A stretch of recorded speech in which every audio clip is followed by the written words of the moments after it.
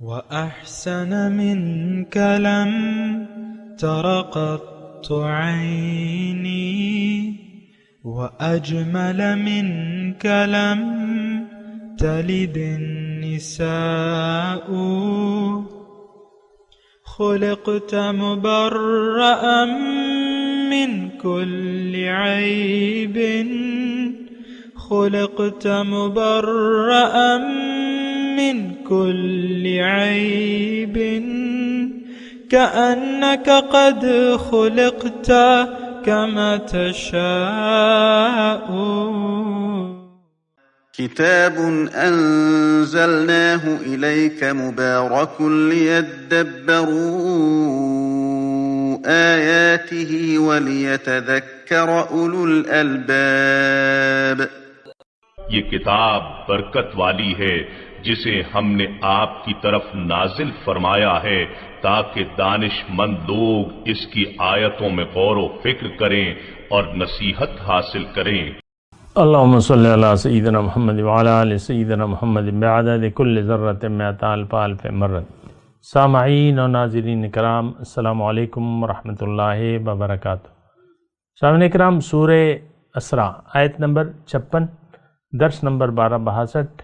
آج کا موضوع نفع دینے والی واحد ہستی صرف اللہ تعالیٰ کی ہے. اس کے ساتھ آج کے سبق کا آغاز کرتے ہیں. سب سے پہلے گزشتہ سبق کا اعادہ ہوگا. اعوذ باللہ من الشیطان الرجیم. پناہ مانگتا ہوں میں اللہ کی شیطان مردود سے. بسم اللہ الرحمن الرحیم.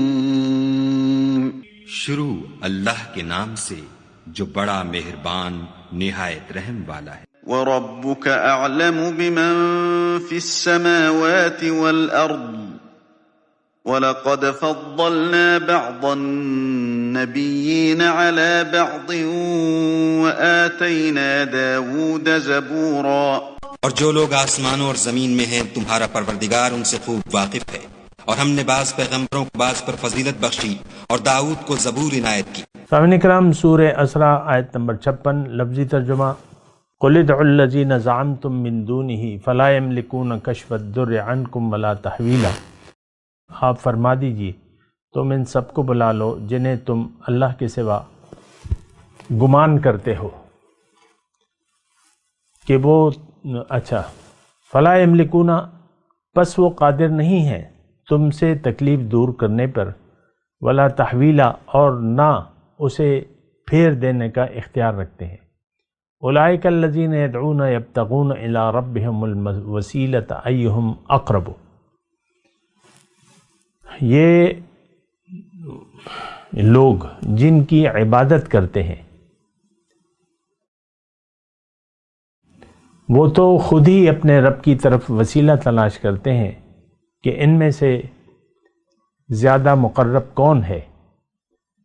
وَيَرْجُونَ رَحْمَتَهُ، اور وہ خود اس کی رحمت کے امیدوار ہیں. وَيَخَافُونَ عَذَابَ، اور وہ خود ہی اس کے عذاب سے ڈرتے رہتے ہیں. إِنَّ عَذَابَ رَبِّكَ كَانَ مَحْذُورًا، اور بے شک آپ کے رب کا عذاب ڈرنے کی چیز ہے. سامعین کرام، گزشتہ سبق میں آپ کو اسی آیت کے بارے میں کہہ رہا تھا. شرک کی دیکھیں مختلف اقسام ہیں. ایک تو وہ شرک ہے جو اللہ کو، دیکھیں میں آپ کو ایک بات اکثر کہتا رہتا ہوں، یہ بنیادی بات ہے. اگر اللہ آپ کی منزل نہیں ہے تو پھر آپ شرک میں پڑ جائیں گے. دیکھیں اصل چیز کیا ہے؟ ہدایت خداوندی، کہ آپ، اور اصل چیز جو ہے بندگی ہے. ہدایت خداوندی کے مطابق اگر آپ زندگی گزاریں گے تو وہ زندگی بندگی کہلائے گی. اور اگر آپ ہدایت خداوندی کے علاوہ زندگی گزاریں گے اور ہدایت خداوندی کی پرواہ نہیں کریں گے تو پھر آپ شرک میں ضرور مبتلا ہوں گے. کیونکہ اصل چیز تو دیکھیں ہدایت ہے، اصل چیز تو روشنی ہے جو کہ قرآن ہے، اور جو کہ ہدایت قرآن ہے، روشنی بھی ہے اور ہدایت بھی ہے، فیہا ہدی و نور۔ اچھا، اسی طرح پیغمبر کی ذات ہے۔ پیغمبر کی ذات کو اگر آپ نظر انداز کر کے زندگی گزار رہے ہیں، ان سے ہدایت نہیں لے رہے، ان کا اتباع نہیں کر رہے، تو ظاہر ہے لازماً آپ شرک میں۔ شرک کیا ہے؟ کہ آپ اللہ کے حکم کے سوا کسی اور کا کہنا مانیں، یہ شرک ہے، یہ شرک فی الاطاعت ہے۔ اب ظاہر ہے کہ شرک فی الاطاعت جو کر رہا ہے وہ شرک فی المحبت میں بھی گرفتار ہوگا، کیونکہ اگر اللہ آپ کا محبوب واحد بن گیا تو پھر تو آپ کو اللہ کی ماننی پڑے گی۔ ہم لوگ تو، ہمارا محبوب واحد اللہ تو نہیں ہے، تو ہم اللہ کی ہدایت، اطاعت اور نبی کے اتباع کی ضرورت بھی نہیں محسوس کرتے، اور ہم نفسانی خواہشات، نفس و شیطان کے ہم پجاری ہیں۔ یہ میں کھلے طور پہ اس لیے کہہ رہا ہوں کہ آپ کسی مغالطے میں نہ رہیں، بالکل یہ قرآن کے مطابق میں آپ کو بات کر رہا ہوں۔ وَمَن يَدْعُ مِن دُونِ اللَّهِ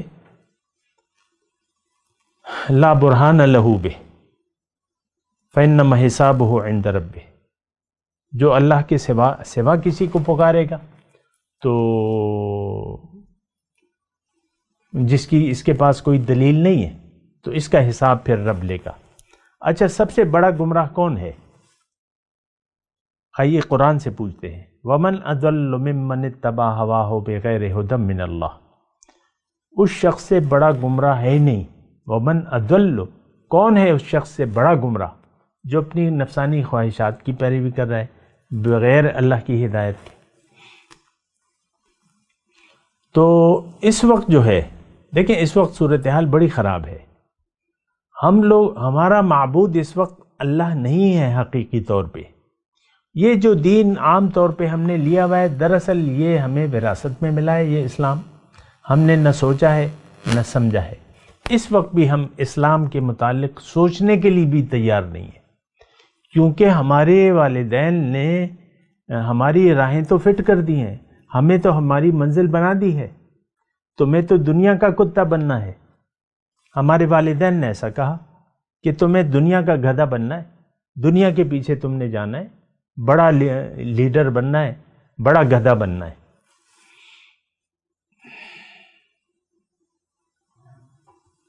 اب یہ سارے جو ہیں یہ گدھے کے الفاظ، یہ کتے کے الفاظ اللہ تعالیٰ نے دنیا کے طلبگار، دنیا کے طالبوں کے لیے بیان فرمائے ہیں۔ اللہ تعالیٰ نے فَمَثَلُهُ كَمَثَلِ الْكَلْبِ، یہ دنیا کے خواہش مند کی مثال جو ہے یہ کتے کی سی ہے، اور جو قرآن کا حق نہیں ادا کرتا، ذمہ داری قرآن کی نہیں اٹھانے کے لیے تیار، تو اس کی مثال اس گدھے کی سی ہے جس پہ کتابوں کا بوجھ لدا ہوا ہے۔ آپ قرآن کو مانتے ہیں لیکن قرآن پر ہم عمل کے لیے تیار نہیں ہیں۔ یہ ایک ایسا واضح جملہ ہے جس کو ہم جھٹلا نہیں سکتے۔ آج کا معاشرہ، مسلمان لوگ قرآن کو زبان سے مانتے ہیں اور قرآن پر عمل کے لیے ہم تیار نہیں ہیں۔ میں اس بات کی شہادت دیتا ہوں 100% آج کا مسلمان قرآن کے مطابق زندگی گزارنے کے لیے تیار نہیں ہے۔ بات ختم ہو گئی۔ آپ نے تو قرآن ہی سے انکار کر دیا۔ قرآن کی ضرورت تو طالبان مولا کا ہوتی ہے بھیا۔ متقی وہ شخص ہو سکتا ہے جو اللہ کا طالب ہو، جو اللہ کا طالب نہ ہو تقویٰ اس کے پاس سے بھی نہیں گزرتا۔ پھر جو کچھ بھی ہوتا ہے وہ دکھاوا ہوتا ہے۔ کوئی ریاکار کے اخلاق اچھے ہو سکتے ہیں، اس کی گفتگو اچھی ہو سکتی ہے، اس کے معاملات اچھے ہو سکتے ہیں، دنیا میں وہ شاید جھوٹ نہ بولے لیکن اصل تو وہ جھوٹا ہے۔ اس نے لا الہ الا اللہ کے کلمے کو جھٹلا دیا ہے۔ آج ہم نے کلمہ طیبہ کو جھٹلا دیا ہے اپنے عمل سے۔ ہو بڑی دل خراش داستان ہے ہماری، اور یہ آج بھی ہے، گھر گھر میں ہے۔ آپ پھر ناراض ہو جائیں گے کہ کیوں تم میاں بیوی کے پیچھے پڑے ہو۔ دراصل ہر گھر میں یہی داستان ہے، اور آج کا معاشرہ تو بہت زیادہ جاہل، غافل معاشرہ ہے۔ یعلمون ظاہرا من الحیات الدنیا وہم عن الآخرۃ غافلون، ہمارے بارے میں اللہ نے کہا ہے یہ لوگ دنیا کے ظاہر کو صرف جانتے ہیں، حقیقت سے یہ بے خبر ہیں، نہیں مانتے، غافل ہیں۔ اولئک هم الغافلون، ٹھیک ہے میں غافل ہی کہہ دیتا ہوں، لیکن بات یہ ہے کہ ہماری دیکھیں جب انسان غافل ہو جائے پھر اس کی روش بدل جاتی ہے۔ غافل انسان کی روش مومنانہ نہیں بن سکتی، غافل انسان متقی نہیں ہو سکتا، وہ تو غفلت کا مارا ہوا ہے، وہ تو سو رہا ہے، وہ جاگنا بھی نہیں چاہتا۔ مسئلہ تو بڑا گمبھیر یہاں بھی ہے کہ لوگ جاگنا بھی نہیں چاہتے۔ ہمارے درس بعض اوقات ہم پروموشن لگا دیتے ہیں، لاکھوں لوگ تک اس تک پہنچتا ہے، کوئی ایک شخص آپ مجھے بتا دے کہ اس درس سے متاثر ہوا ہو، اللہ کی بندگی کے لیے تیار ہوا ہو، خالص اللہ کی بندگی۔ مسئلہ تو بڑا خراب ہے۔ بہرحال میں اپنے مضمون کی طرف آتا ہوں۔ یہ جو آیت ہے اس میں اللہ تعالیٰ فرما رہا ہے کسی میں کوئی اختیار نہیں ہے، کسی مخلوق میں کوئی اختیار نہیں ہے۔ اب یہاں جو ہے خاص طور پہ اللہ کے نیک بندے مراد ہیں، جن میں آپ نے خامخواہ کوئی طاقت رکھ دی ہے کہ اللہ کے سوا یہ میری مدد کریں گے۔ عیسیٰ علیہ السلام کو دیکھ لیں، عیسائیوں کو دیکھ لیں، وہ کہتے ہیں تم یا عیسیٰ کہہ دو تمہارا بیڑا پار ہے، جو مرضی آئے کرو۔ اور وہ یہ کہتے ہیں کہ انسان نے ابتدا میں ایسی غلطی کی جو معاف نہیں ہو سکتی تھی، پھر عیسیٰ علیہ السلام یعنی خدا عیسیٰ کی شکل میں آیا، انہوں نے پھانسی کے تختے پر چڑھ کر وہ اس آدم کے گناہوں کا کفارہ ادا کر دیا۔ اب جو شخص یا عیسیٰ کہے اس کا بیڑا پار ہوگا، باقی سب جہنم میں جائیں گے، یہ ان کا عقیدہ ہے۔ آج دیکھ لیں عیسائی کسی شریعت کی تابع نہیں ہے، شریعت ہے ہی نہیں ان کے پاس، تو سنی سنائی باتیں ہیں، کتاب انجیل تو ہے ہی نہیں آج۔ اور انجیل تو دراصل شریعت میں کی کتاب نہیں، شریعت کی کتاب تو تورات تھی۔ عیسیٰ علیہ السلام تو ایک یعنی موسیٰ علیہ السلام کے پیروکار تھے، شریعت موسیٰ علیہ السلام کی تھی اور وہ لوگوں کی اصلاح کے لیے آئے تھے۔ تو آپ یہودیوں نے دیکھیں کہ انہوں نے انکار کر دیا، اپنے حساب سے پھانسی کے تختے پر پہنچا دیا۔ میں ویسے آپ کو بات بتا رہا ہوں۔ اسی طرح یہودی، قرآن میں ایک آیت ہے اور بڑی دلچسپ ہے، قرآن میں ہے اتخذوا احبارہم ورہبانہم اربابا من دون اللہ، انہوں نے اپنے مشائخ کو اور اپنے علماء کو اللہ کے سوا رب قرار دے دیا ہے۔ یہ ایک آیت موجود ہے قرآن میں۔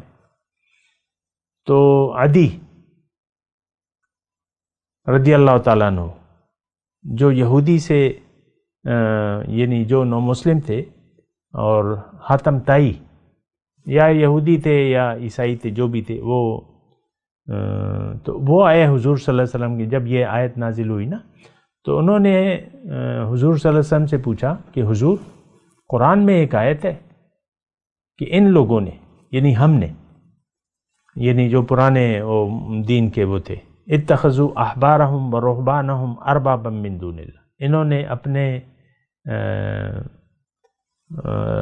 جو درویش لوگ ہیں، جو مشائخ ہیں، جو پیر ہیں، ان کو اور اپنے علماء کو اللہ کے سوا رب کا درجہ دے دیا ہے، یہ ان کی پرستش کرتے ہیں۔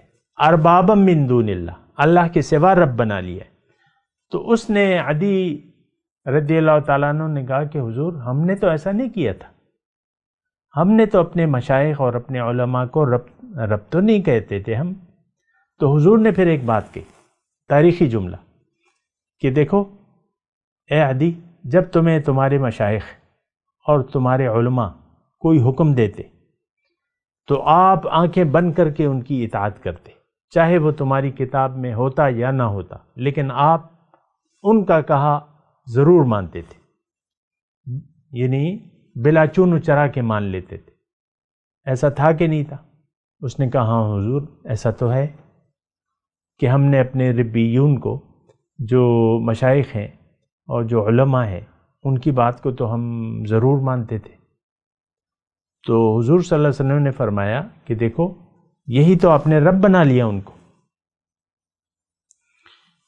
جس کا آپ کہنا مانیں گے وہ آپ کا رب ہے، جس کا کھائے اسی کا گائے. اب یہ ہے نا کہ میں آج کی بات کر رہا ہوں، خاص طور پہ اس مضمون کے بارے میں آپ کو بات بتاؤں کہ ہمیں دیکھیں ہمارے ہاں گمراہ لوگ موجود ہیں، گمراہ پیر موجود ہیں، یا چلیں پیر گمراہ نہیں ہوتے بعض اوقات، لیکن مرید جو ہے ان کا ایسا عقیدت مند بن جاتا ہے کہ وہ پھر اللہ کے حکم کی پرواہ کیے بغیر پیر کی بات مانتا ہے.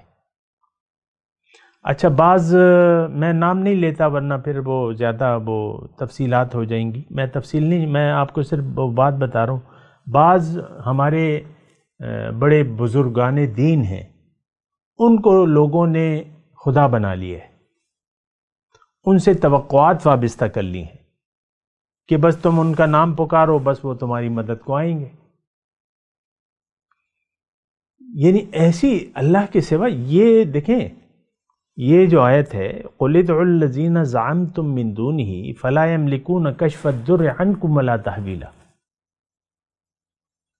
اللہ یہ تو بالکل وضاحت سے اللہ تعالیٰ نے قرآن میں فرما دیا ہے کہ دیکھو اللہ اگر تمہیں ایک تکلیف پہنچانا چاہے تو وہ تکلیف تم سے پھر کوئی نہیں ہٹا سکتا. وَإِن يُرِدْكَ بِخَيْرٍ فَهُوَ عَلَى كُلِّ شَيْءٍ قَدِيرٌ. اگر وہ خیر پہنچانا چاہے تو ہر چیز پر قادر ہے. ایک بات بنیادی طور پہ نوٹ کر لیں کہ اللہ کی صفات اللہ کی ہیں بس. النافع الضار، یہ اللہ کی صفات ہے. صرف اللہ نفع دینے والی ذات ہے اور صرف اللہ تکلیف دے سکتا ہے.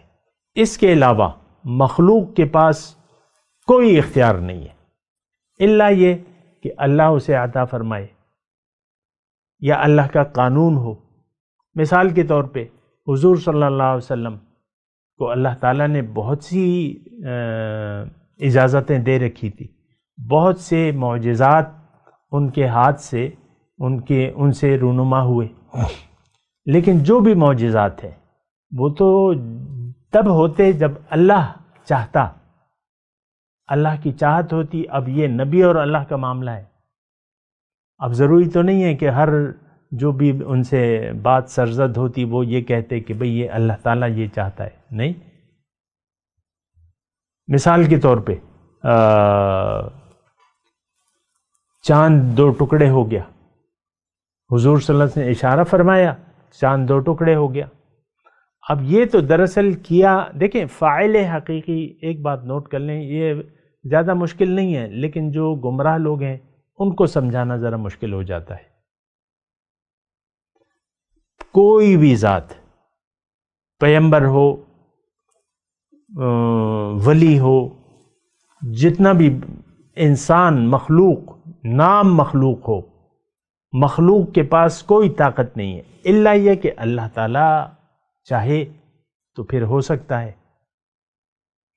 دیکھیں معجزہ اور کرامت یہ ہم سب مانتے ہیں اور یہ ہمارے عقائد کا حصہ ہے. معجزہ اسے کہتے ہیں نبی کے ہاتھ سے ایسا خارق عادت کوئی کام ہو جائے تو اس کو ہم معجزے سے پکارتے ہیں کہ یہ نبی کا معجزہ ہے. اور اگر کسی ولی اللہ کے ہاتھ سے کوئی ایسی بات ہو جائے جو کہ عام ڈگر سے ہٹ کے ہو تو اسے ہم کرامت کہتے ہیں. کرامت کہتے ہیں اعزاز کو. اعزاز تو دراصل طاقت ایک اللہ کے پاس ہے، یہ بات نوٹ کر لیں بنیادی طور پہ۔ اللہ چاہے تو پھر وہ الگ مسئلہ ہے، لیکن ذاتی طور پر طاقت ساری اللہ کے پاس ہے۔ یہ بہت آسان بات ہے سمجھنے کے لیے، اس کو آپ سمجھیں اور عقیدہ بھی یہی بنا لیں کہ اللہ کے سوا نہ کوئی آپ کو فائدہ دے سکتا ہے اور نہ نقصان پہنچا سکتا ہے۔ یہ قرآن کی نص ہے، وَيَمْسَسْكَ اللَّهُ بِالضُّرٍّ فَلَا كَاشِفَ لَهُ إِلَّا هُوَ وَإِن يُرِدْكَ بِخَيْرٍ فَهُوَ عَلَى كُلِّ شَيْءٍ قَدِيرٌ فَلَا رَادَّ لِفَضْلِهِ۔ دیکھیں اس وقت کائنات میں جو کچھ بھی ہو رہا ہے وہ اللہ کے اذن سے ہو رہا ہے۔ اب یہ مٹی سے آم بن رہا ہے، مٹی سے انگور بن رہا ہے، مٹی سے ایک ہی باغ ہے مثال کے طور پہ، ایک جگہ مٹی آم بنا رہی ہے، ایک جگہ انگور بنا رہی ہے، ایک جگہ انار بنا رہی ہے، ایک جگہ کیلا بنا رہی ہے، ایک جگہ ناشپاتی بنا رہی ہے، ایک جگہ الوچا بنا رہی ہے، ایک جگہ آڑو بنا رہی ہے، ایک جگہ سیب بنا رہی ہے، ایک جگہ سٹرابری بنا رہی ہے، ایک جگہ چیری بن رہی ہے، ایک دفعہ پپیتا بن رہا ہے، ایک دفعہ ناریل بن رہا ہے، بے شمار پھل ہے۔ طاقت کس کی ہے؟ اللہ کی۔ اجازت حکم کس کا ہے؟ اللہ کا ہے۔ آپ ایک تن کا مخلوق، ایک تنکے کی بھی قادر نہیں ہے اللہ کی اجازت کے بغیر، یہ بات نوٹ کر لیں۔ أَأَنْتُمْ تَزْرَعُونَهُ أَمْ نَحْنُ الزَّارِعُونَ، اللہ تعالیٰ نے فرمایا کہ جو دانہ تم زمین میں پھینکتے ہو کیا اسے میں اگاتا ہوں کہ تم اگانے والے ہو؟ تو یہ دیکھیں تھوڑی سی اصلاح کر لیں اپنی۔ ایک واحد طاقت ہے، اللہ، بس۔ اب یہ ساری طاقت اللہ کے پاس ہے، لیکن اس نے اب مٹی کو کہہ دیا ہے، مٹی کو اجازت دے دی ہے، مٹی کو حکم دے دیا ہے کہ اگر آم کی گٹلی ہو تم نے آم کا درخت اس سے بنا دینا ہے، انگور کا بیج ہو اس سے تم انگور کا درخت بنا دو، ناریل کوئی بوئے تو ناریل۔ تو یہ دراصل حکم خداوندی ہے، اذن الہی ہے۔ کائنات میں جو کچھ بھی ہو رہا ہے یہ اللہ کے حکم سے ہو رہا ہے اور اللہ کی مرضی سے ہو رہا ہے۔ اچھا، ایک بات تو یہ ہے جہاں تک پیغمبروں کی، کیونکہ پیغمبروں کو بھی عیسائیوں نے جو ہے وہ کر لیا تھا، خدا بنا لیا تھا۔ عیسائی آج بھی آپ دیکھ لیں کہ بس تم یا عیسیٰ کہہ دو تمہارا بیڑا پار ہے۔ ہمارا تو یہ عقیدہ نہیں ہے کہ محمد کو مان لو تو بس تمہارا بیڑا پار ہے۔ ماننے کا مطلب یہ ہے محمد کی مانو تب بیڑا پار ہے۔ ہماری تو دیکھیں جہالت ہے نا، یا محمد، بس ہم یا محمد کہہ دیں بس بیڑا پار ہے، ایسے نہیں ہے۔ محمد صلی اللہ علیہ وسلم کی مانیں گے تو تب آپ کا بیڑا پار لگے گا، عیسیٰ علیہ السلام کی مانیں گے تو تب آپ کا بیڑا۔ آج کل تو بس خیر ایک ہی ہمارے پیغمبر ہیں، عیسیٰ علیہ السلام کی تو بات مختلف ہے، لیکن سارے اللہ کے پیغمبر ہم سب کو مانتے ہیں۔ لیکن آج ہم نے صرف محمد کی ماننی ہوگی، کیوں کہ ان کی دعوت محفوظ ہے، وہ جو کلام لائیں وہ محفوظ ہے، ان کی سنت محفوظ ہے، تو ان کی ہم نے ماننی ہے۔ اور باقی طاقت تو ایک اللہ کی ہے۔ شفاعت، میں بار بار آپ کو کہہ رہا ہوں، شفاعت اللہ کے اذن اور اجازت سے ہوگی۔ میرے آقا شافع محشر ہیں، لیکن ان کو اجازت ہوگی تب وہ شفاعت کریں گے اور اللہ کی مرضی سے کریں گے۔ یہ سب قرآن میں اللہ تعالیٰ نے لکھ دیا ہے۔ تو بہرحال اب دیکھیں اس تمام مضمون کا خلاصہ کیا ہے کہ تم لوگ ایک اللہ کو اپنا معبود بنا لو، ایک اللہ سے امیدیں رکھو، ایک اللہ سے توقع رکھو، ایک اللہ کے حکم کے سامنے سر جھکا دو۔ اصل مسئلہ تو بندگی کا ہے، اصل مسئلہ بندگی کا ہے۔ ہمارا مسئلہ کچھ اور ہے، ہمارا مسئلہ بندگی نہیں ہے۔ ہم تو اپنی مرضی، آپ دیکھ لیں آج کے مسلمان نے اللہ کی بندگی سے منہ پھیر لیا ہے اور اب وہ من چاہی زندگی گزار رہا ہے۔ قرآن کو آپ نے جس شرمناک طریقے سے چھوڑ دیا ہے وہ اپنی مثال آپ ہے۔ اور بہت بڑا ظلم ہے اپنے اوپر، اور بہت بڑے مجرم ہیں آپ اللہ کے، اسلام کے بہت بڑے مجرم ہیں۔ یہ دنیا کے 8 ارب لوگ جو ہیں، ان تک قرآن کی دعوت کو کون پہنچائے گا؟ هو الذی ارسل رسولہ بالہدی ودین الحق لیظہرہ علی الدین کلہ۔ اللہ کی چاہت تو یہ ہے کہ دین غالب ہو جائے۔ اب وہ غالب کا کون کرے گا؟ اس کے لیے تو اللہ تعالیٰ نے ہماری ڈیوٹی لگائی ہے، کنتم خیر امت اخرجت للناس، تم ایک بہترین امت ہو، میں نے تمہیں اور لوگوں کے لیے بنایا ہے۔ تو بہرحال مسائل جو ہیں وہ یہ ہیں، اور ہم لوگ اللہ کے علاوہ، دیکھیں ہم ایک اللہ کے سوا اوروں کو پکارتے ہیں ناجائز طریقے سے، جبکہ ہمارے تمام مسائل کا حل اللہ کے پاس ہے۔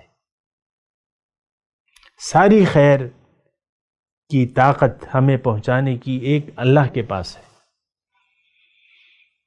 اور ہمارا یقین نہیں آتا۔ ہم تو کہتے ہیں ہم نے حرام نہیں کمایا، تب تک تو ہمارا گزارا نہیں ہوگا۔ حرام ہم کماتے ہیں، بڑے شوق سے کماتے ہیں، حرام حلال۔ آج کل تو یہ معاشرے میں یہ روایت ہے نہیں کہ ہم حرام کہیں یا حلال۔ تو بات یہ ہے کہ ذرا یہ پھر مسائل مشکل پڑ جاتے ہیں۔ اور ان سب کی میں آپ کو یہ کہہ رہا تھا نا کہ ایک بات، میں تھوڑا سا ٹائم ہے، میں آپ کو یہ کہہ دوں کہ دیکھیں اللہ یعنی اللہ ہی وہ ذات ہے جس کے سامنے سر جھکانا چاہیے۔ وَأَنِيبُوا إِلَىٰ رَبِّكُمْ وَأَسْلِمُوا لَهُ، اپنے رب کی طرف جھک جاؤ، مائل ہو جاؤ، اور اس کی طرف اپنا رخ اس کی طرف کر لو، اور اس کے حکم کے سامنے سر جھکا دو۔ یہ اللہ کا حکم ہے۔ آج ہمارا سر باطل کے سامنے جھکا ہوا ہے۔ اگر نہیں جھکا اور نہیں جھکانا چاہتے تو ایک اللہ کے سامنے اپنا سر ہم نہیں جھکانا چاہتے، تو مسئلہ پھر بہت خراب ہو جاتا ہے۔ مسئلہ بہت خراب ہو جاتا ہے کہ ہم باطل کے سامنے جھکے ہوئے ہیں اور جھکے رہنا چاہتے ہیں۔ یہ کون؟ یہ آج کا مسلمان۔ بہرحال میں تلاوت کرتا ہوں، میرے ساتھ دہرائیے۔ اعوذ باللہ من الشیطان الرجیم، بسم اللہ الرحمن الرحیم۔ قل ادعوا الذین زعمتم من دونہ فلا یملکون کشف الضر عنکم ولا تحویلا اولئک الذین یدعون یبتغون الی ربہم الوسیلۃ ایہم اقرب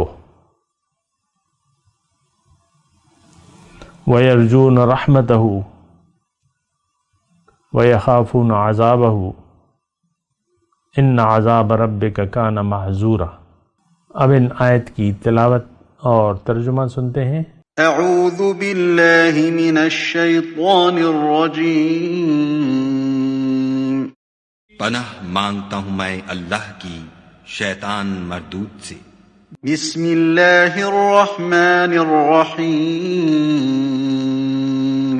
شروع اللہ کے نام سے جو بڑا مہربان نہایت رحم والا ہے۔ قل ادعوا الذین زعمتم من دونه فلا يملكون كشف الضر عنكم ولا تحویلا۔ کہو کہ مشرکو، جن لوگوں کی نسبت تمہیں معبود ہونے کا گمان ہے ان کو بلاؤ، دیکھو وہ تم سے تکلیف کو دور کرنے یا اس کے بدل دینے کا کچھ بھی اختیار نہیں رکھتے۔ اولئک الذین يدعون يبتغون الى ربهم الوسیلة ایہم اقرب ویرجون رحمته ویخافون عذابه ان عذاب ربک کان محذورا۔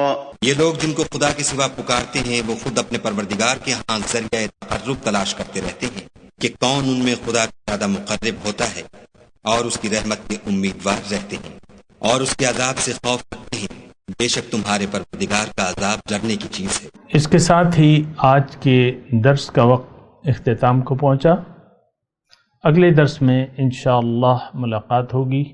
وآخر دعوانا ان الحمد للہ رب العالمین۔ مولاي صل وسلم دائما أبدا على حبيبك خير الخلق كلهم